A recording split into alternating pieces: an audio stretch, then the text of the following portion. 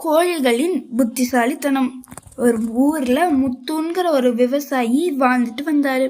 அவர் ஒரு பண்ணையும் வச்சு நடத்திட்டு இருந்தாரு. அந்த கோழி பண்ணையில தினமும் ஒரு திருடன் புகுந்து எப்படியாவது ஒரு கோழியாவது திருடிடுவான்.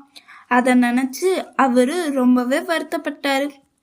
அது மட்டும் இல்ல, அங்க இருந்த எல்லா கோழிகளுமே ரொம்ப கவலைப்பட்டுச்சுங்க. ஏன்னா தான் கூட்டத்துல இருக்கிற ஒரு கோழி தினமும் காணாம போயிடுது. அதே மாதிரி நம்மளும் ஒரு நாள் காணாம போயிடுவோன்னு.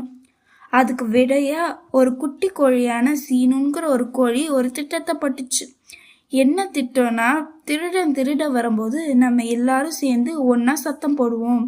அப்ப திருடனும் பயந்துருவான், ஊர்ல இருக்கிற எல்லா மக்களும் முழிச்சிருவாங்க அப்படின்னு சொல்லுச்சு.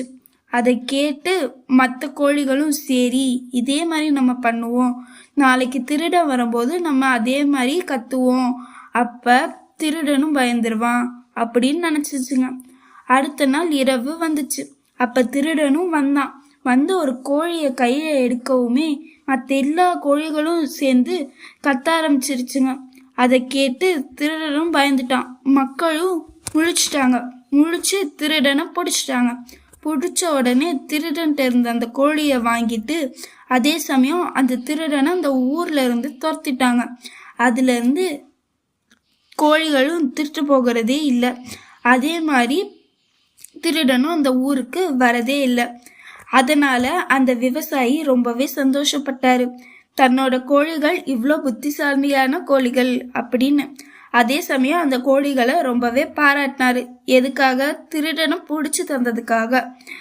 நீதி: ஒன்றிணைந்து புத்திசாலித்தனம் தீயவரை வெல்லும். இன்னைக்கான கேள்வி என்னன்னா, திருடரை பிடிக்க எந்த கோழி உதவி செஞ்சுச்சு? அந்த கோழியோட பேர் என்ன?